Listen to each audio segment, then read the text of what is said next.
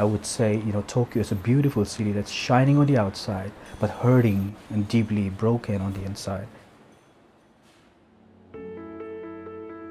Coming to Joy Zorin Sanga Ania, Aizol Mizoram Atanga local Kania, Tin Kanduhi, Uruguay, South America, Atanga local Ania, Japana, Kanindayani. The Japanese culture itself is beautiful.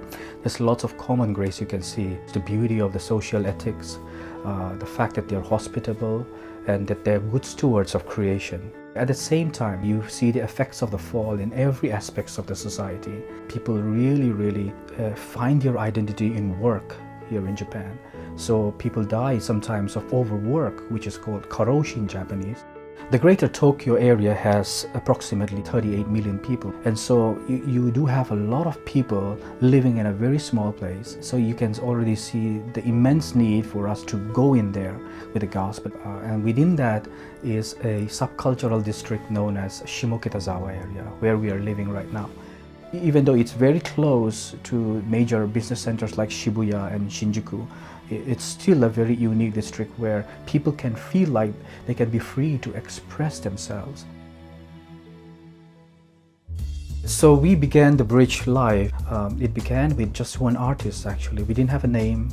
It just began jamming together with this one musician, and then one day he started to bring these jazz bands. He brought 4 of them, and then that's how the Bridge Life began. Our aim there is to build relationships with the artist community. We're coming into the musical world and saying all good gifts comes from the Father of Lights. Music is good.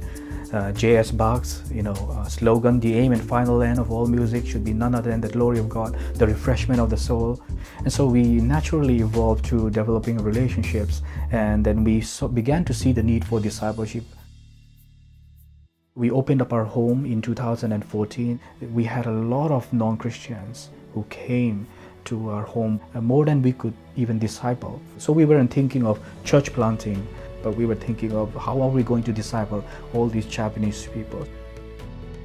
We launched on April of 2017, this year on Easter, with one guy professing faith. There are only about 15 people in our church, but the non-Christians outnumber us.